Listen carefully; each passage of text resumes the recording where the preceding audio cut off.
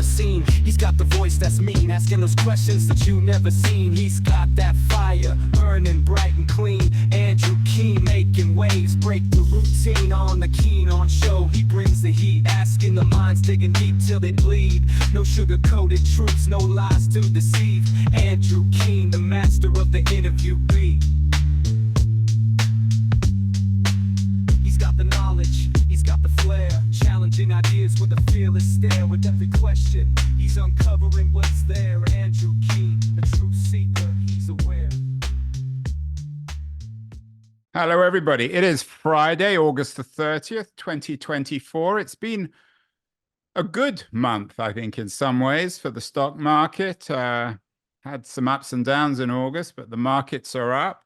And the other news is that there are almost 500,000 now millionaire 401k savers. So for some people, at least, the financial world is healthy. It's democratized. But for my guest today, I think the reverse is true. Peter Phillips has a new book out, Titans of Capital: How Concentrated Wealth Threatens Humanity. He's joining us from his home near Sacramento. Peter, does it really matter that there are 500,000 people now in America who have over $1 million saved in their 401ks? Does it really matter? It's just an indication of concentrated wealth. Well, that's a lot of people for 500,000, isn't it? Or is it not many to you? Well, it's 1%, less than 1% of the population. So your book, Titans of Capital, we've done all sorts of shows on this, on Davos Man, or on the concentration of wealth in certain financial institutions. What's the core argument in Titans of Capital? Well, 5 years ago, I put a book out called Giants, the Global Power Elite. And I looked at concentrated wealth at that time, and there was 17 capital investment companies that controlled $40 trillion worth of wealth. Today, there are now $31 trillion investment companies. I call those giants. Of the top 10, they control today $50 trillion worth of wealth. So the wealth concentration has doubled in the last 5 years. And that's the trend. That's what's going on, is concentrated capital wealth is being controlled by a smaller number of people worldwide in larger amounts. And of those 10 capital investment companies, they are managed by 117 people who decide where the investments will take place and what will happen. And so I call them the Titans. They control $50 trillion worth of wealth, double what they did 5 years ago. So this is evidence of an increased concentration of capital, an increased concentration of wealth in the world. It was accelerated by COVID and that crisis, but it has been continuing unrelenting, and that's part of what capitalism is today. Are these firms that you're talking about, are they investment firms? Are they investing other people's money, or is this their own money? Oh, these are the capital management companies like BlackRock, Vanguard, UBS, Fidelity. They're investing other people's monies, primarily the money of the upper 0.5% of the population, people with excess wealth. And so, yes, they have a fiduciary responsibility to try to get return on that capital. Our argument is that that's become so concentrated and that global inequality is so severe that 20 to 25,000 people die every day from malnutrition and easily curable diseases. So that's a slaughter of the innocent. And it's inequality is the primary contributor to that. We have more than enough wealth in the world to feed everybody, to take care of everybody. But privately held wealth is wrong, just flat wrong in this capacity. There are two pushbacks, obvious pushbacks, Peter. Firstly, these firms like BlackRock and Fidelity, they're investing other people's money. So does that make them titans? It doesn't make a lot of sense to me. And secondly, is it just 0.5%? I mean, how many people in America, for example, own 401k retirement accounts? It's certainly more than 1%. Talking about the amount of capital, not how many people are involved. If you have a savings account, I have a retirement account, but I don't consider myself part of the global 1%. So when we start talking about the 1%, these are people that have in excess of $1 million worth of wealth, and far above that, going up to hundreds of billions of dollars worth of wealth and handled by just a few people. And they employ capital investment companies like BlackRock, Vanguard, to invest their money and give them a return. So BlackRock alone has $9.5 trillion worth of capital that they control. 5 years ago, they had 5 trillion. So they've almost doubled. And we see each of these, Vanguard, UBS in Switzerland, Fidelity, State Street, Morgan Stanley, JP Morgan Chase, Amundi in France, and Allianz in Germany, which owns PEMCO in the US, and Capital. Those are the top 10. That's a sociological figure. I could have the top 11 or the top 15. The numbers basically are the same. The result is the same. In massive increased concentrated wealth, controlled by a smaller number of people, 117 people who I identify in the book. And these are the titans. They are titans because they get to decide where that $50 trillion is invested and what's done with it. And if that's invested in profit making for elites, then it's not being invested in capacities of feeding people and housing people. And I mean, 80% of the world lives on less than $10 a day. And half the world literally is barely surviving. And we have several hundred million people who are below what the UN calls the extreme poverty level of $2.15 a day. And these people are dying in mass numbers and suffering greatly. So this massive inequality is a direct relationship to concentrated wealth. Yeah, I have to admit, I don't find it particularly confusing because the same was true 5 years ago or 10 years ago. If anything, the world was less equal 10, 20, 30 years ago. But that's not true. Is that not true? No, you're wrong. The wealth is more concentrated today than it was 5 years ago or 10 years ago.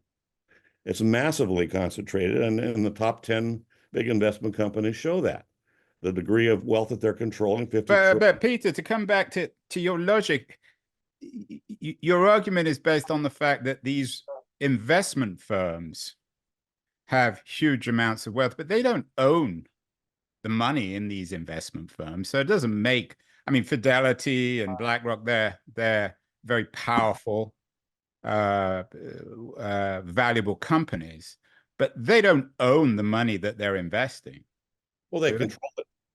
Well, they control it in the sense that a bank controls, what Wells Fargo or Bank of America controls the money that you put into your account. Where it's invested has consequences. I, in the book, describe the investments and very negative kinds of things. I mean, and if the tobacco kills 8 million people a year, and the Titans have $100 billion invested in tobacco. That's just the top 10 companies. 24 million Americans are alcoholics and drink half the booze in the country. They make profits off of alcoholism. tightens. We know the oil companies are increasing the amount of oil. Well, gas, okay, I understand what you're trying to say, but what should then BlackRock or Fidelity or any of these other huge investment firms, what should they be putting their money, the money of the wealthy, into? There needs to everything. be, I mean, if they're putting it into agriculture, you could argue that they're killing people because of obesity. I would not argue that. So what should they be? What is acceptable forms of investment for you? Capital investment is so massively concentrated today and has huge negative consequences that it threatens it threatens the existence of human beings. The global warming alone, let alone wars and nuclear wars, the threat of war. And they're invested in all of that. They make huge amounts of money off of capital investments in the. But you're not answering my question, Peter. What should they be investing in? Some people might say, well, if they invested in rechargeable batteries or rechargeable energy or EVs, that would also, and we've done shows on that, that would reflect a certain exploitation of the land in Africa. So I'm not clear what they should be investing in. There needs to be a capacity to invest in human beings and human betterment and humanitarian needs in the world. So that could be a form of tax on these investments. It could be voluntarily done with anti-poverty programs that these elites decide that they can do. And that capital is so concentrated, it needs to be adjusted to support global human needs. I mean, just the Universal Declaration of Human Rights calls for the right of people to have housing and food and that. The U.S., as are most democratic countries, are signatories to that. I'm saying that capital investment is causing, the result of capital investment is massive poverty, deaths, and civil unrest, and the threatening of the environment. If they continue to do that, all human beings could become obsolete. I mean, we'd become deceased. William Robertson at University of California is quite clear on that. He calls it a crisis of capitalism. And this crisis is manifested because of increased capital concentration that only goes to trying to make profit and return, and does not go to helping human beings survive in the world. Peter, some people might push back on this and say, well, what about innovation? What about rechargeable energy? What about new technologies to improve the yield of agriculture? What about AI that might help create new jobs? Although that's obviously very controversial. Are you suggesting that all innovations are by definition a bad thing? It sounds very reactionary to me. Actually, your position sounds pretty reactionary to me. I mean, we have massive wealth concentration and a lack of concern for human beings and global poverty and the environment and the threat of war, and allowing people to make profits off all of those is, to me, not only unhumanitarian, it's immoral. But are you suggesting that people shouldn't? It sounds to me as if you're arguing that no one should be able to invest their wealth, that no one should be able to invest their capital, because by definition, once you're investing your capital, whether it's in agriculture or industry, you can always find an argument for suggesting it's a bad thing. Are you arguing that the entire capitalist infrastructure of the world economy should just be done away with? It needs to have an element of sharing that benefits human beings and humanitarian concerns. And we need to readjust. Certainly the environment, we see the continued investment and expansion of global warming gases, increased sales of petroleum. And it's not being reversed when we know, in fact, that the global warming is a reality, and that we're suffering from that. Just here, I grew up in this area, And we've had the warmest summer we've ever had with, 110, 111 degrees. I mean, Sacramento now is like what Phoenix used to be. Yeah, And no one's so, going to argue with that, Peter, but that's a well, different that's due to argument capital from investment. titans of capital. It's due to capital investment. It's due to increased concentrations of wealth and in negative things that are hurting us. Well, I take your point, but I'm not sure you're really answering me. What about the argument that to address global warming, to address the environmental crisis, we need massive investment in new technologies, maybe nuclear energy, certainly energy derived from the sun or from wind, and that needs capital. So how would you respond to that? The Titans are trapped in their own capitalism with a need to continue to grow and expand. There's not enough opportunities for capital investment, so they're increasingly taking investments in things that negatively hurt the world. And there's no investment in humanitarian needs worldwide, and this wealth is so concentrated today that it's like you keep on repeating yourself, but you're not responding to my question. What about, I'm not a great fan of Elon Musk, but some of his fans, his supporters might suggest, well, he may not be the most generous or decent of people, but he's investing in new technologies that can actually address global warming. How would you respond to that? I didn't hear who you said that was. Elon, do you know Elon Musk? Yes, of course. So what would you make of a company like Tesla or SpaceX? He is concentrating his wealth. He's one individual who happens to be the richest person in the world, and with concentrated wealth, that to me is immoral. But he is not investing wealth in terms of human betterment. He's investing his wealth to get more wealth. That's the catch. We must reverse that concentration of capital wealth and share it with human beings in the world who are dying daily from diseases, starvation, environmental impacts, and the threat of war. Capital investments in Russia and China have been limited or restricted somewhat.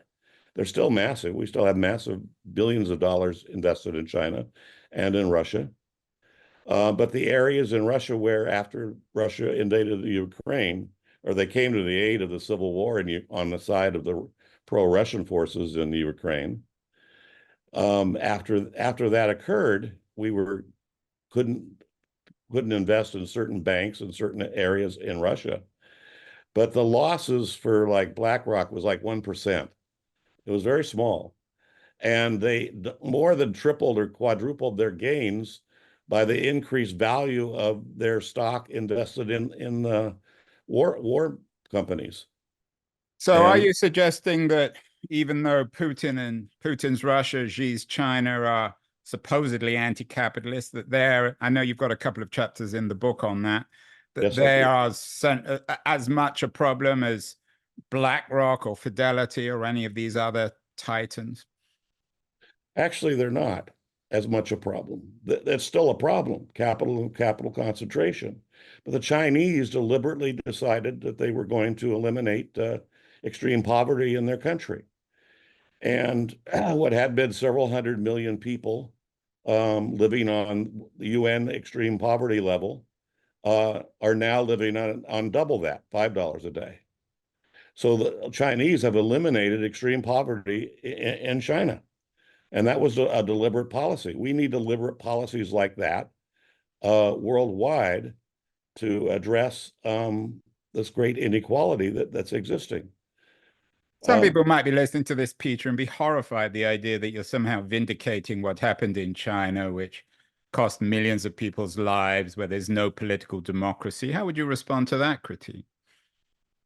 I'm not defending the Chinese government for what they're doing. I'm just saying they decided to eliminate extreme poverty in the world, and it worked, or in their country. We still had an increase in extreme poverty over the past 5 years, But that has been in Western democracies, not in China per se. China eliminated extreme poverty. Now, we can say that that's their government is controlling and repressive and that, but they have a communist ideal of trying to prevent extreme poverty in their country, and they've stood up for it. It seems to be an element of, to be kind, political fantasy here. How is this supposed to work in America? What would you suggest happen? I would suggest that these titans make deliberate policy decisions to invest a portion of the wealth that they control in human betterment.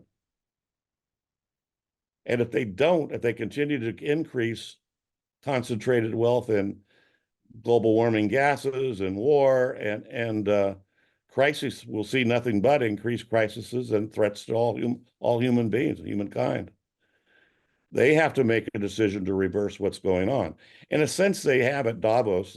They've called for stakeholder capitalism, and they're trying to implement that. And in a way, Davos and the World Economic Forum is trying to protect global capitalism by giving them a consciousness of, trying to make the WESG elements better for people. Unfortunately, that hasn't worked. Yeah, we've done a number of shows on Davos, one with Peter Goodman, New York Times writer, he wrote Davos Man. So are you calling them for a revolution of social capitalism, Peter? Is that what you're arguing? I think that we have to make deliberate decisions to use global capital for human betterment. And if we don't, if we can't eliminate extreme poverty, if we can eliminate the threats of war, and continue to invest in nuclear weapons, they're going to get used, and all human beings will be gone. How's this supposed to work? How would you suggest the beginnings? I mean, the people at BlackRock or Fidelity are not going to choose to do this. Well, are you suggesting that governments nationalize these or create new laws which don't allow them to invest in? There's a variety of ways that this could happen. I don't argue in the book for one way or another.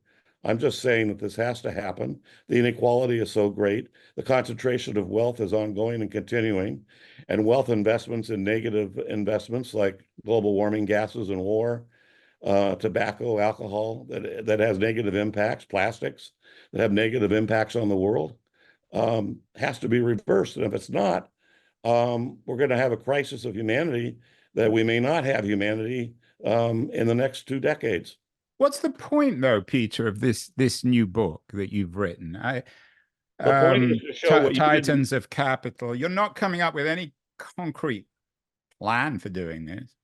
And I'm not convinced by some of your arguments on the numbers. And my understanding is that global inequality has actually been reduced over the last 25 or 50 years. That's the mythology. That's not true. And you're wrong. And the numbers in my book are quite clear. That, the massive increase of Oxfam calculates that 1.7 billion people live in countries where inflation exceeds income growth. They show 21,000 people die daily from inequality by baseline healthcare and adequate nutrition. This extreme wealth inequality is a crisis for all humanity. And if we don't recognize that and address it, when the world's capital, you say ours, it's become concentrated among a wealthy elite of half a percent of the population. They control this global capital. They have to share, and if they don't share, the whole thing will collapse. I know in the book you also talk about propaganda machines. Do you believe that there's some sort of conspiracy on the part of these titans to control information so that ordinary people in America don't understand what's happening? I'm not saying the titans are doing that. It's done on their behalf. Who by? Well, by corporate media, by the government, by the intelligence agencies, by military. They consider that concentrated capital a vital interest for America. That's why we have bases all over the world. We're not protecting American people, we're protecting global capital. So all American foreign policy is somehow related to supporting these inequalities, Absolutely. either in the Democratic or the Republican Party. Would, in your view, is the problem as much with Harris as it is with Trump? I'm not going to go there. I have strong negative feelings about Trump and what he would do. What about Harris, leaving Trump aside? I mean, Harris has talked about increasing taxes. I mean, she certainly hasn't talked about shutting down global capitalism. The but Democrats are just as much a war party as the Republicans. And that's historically true. I mean, they're protecting global capital. That's what this is all about. Concentrated global wealth is being protected by governments, intelligence agencies in the West. And both parties contribute to that and support it. What do you make of Trump's populism, or at least J.D. Vance's populism? Vance wants to break up Google, for example. He wants to break up the wealth in Silicon Valley. Is he as much of the problem? Does populism in some ways get your message, Peter? Or are they part of the problem too? I don't address that in my book. And well, what do you think? What do I think? I think that both parties are in support of global capital continued concentration, and it has to be reversed. There has to be a change. And if not, we're going to see massive crisis, a continued global warming, quite serious. They're trying to come up with carbon dioxide sucking machines. And they've actually funded a couple of those. I mean, that's not going to solve the problem. It's not going to make us safer. It's not going to make the world safer. And we're spending trillions of dollars on military worldwide, 2 trillion, half of that. Are you suggesting that that countries shouldn't invest in their military? Not to the extent the United States does, and they don't. Or the Chinese and the Russians? They're nowhere near what the U.S. is. They're like 10%. But are you suggesting that the U.S. invests in its military because of the Titans, because somehow they benefit from investing in military companies, military technology? That's the de facto results of capital investment in military, yes. So finally, Peter, let's say you control the world, which I think might chill some people. But if you did, what would you do? I would say the same about you. You control. Well, I'm just asking the question. So, but what would you do if in the next 25 years? Would you just shut? It sounds to me as if you just want to shut the markets down, shut down capitalism. No, I think capitalism, like the Chinese have done, and offering human investment and improvement. So you're in support of a Chinese model of capitalism? They at least are addressing the issues of global inequality, massive poverty, war, and civil unrest that they realized they had to deal with the several hundred million people who were literally living on $2 a day. And they did. And that's made a huge difference in China. They now have a middle class, which they didn't 40 years ago. Is there anyone in America who you would trust? Bernie Sanders, for example?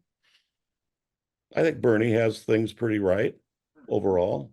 Although I'm not sure he would agree with everything. I'm not talking about trust. I'm talking about what needs to be done with global inequality and concentrated wealth. It has to be addressed. If not, we're going to be faced with exceedingly dangerous situations in the world, not only for war, but for the environment. Well, you're a brave man, Peter Phillips, to be making this argument. Not everyone will agree, but it's an interesting argument, a very provocative one. Your new book, Titans of Capital, How Concentrated Wealth Threatens Humanity, is just out. Congratulations, Peter, on the book, and continue to make this very provocative message. And I really appreciate you coming on the show. Thank you so much. Thank you very much for having me. Can I step on the scene? I'm ready to attack.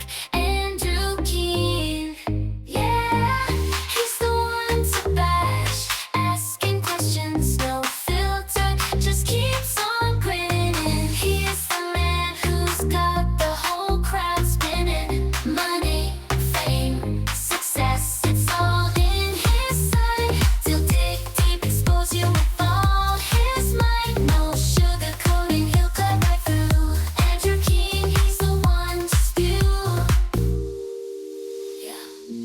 Sociologies and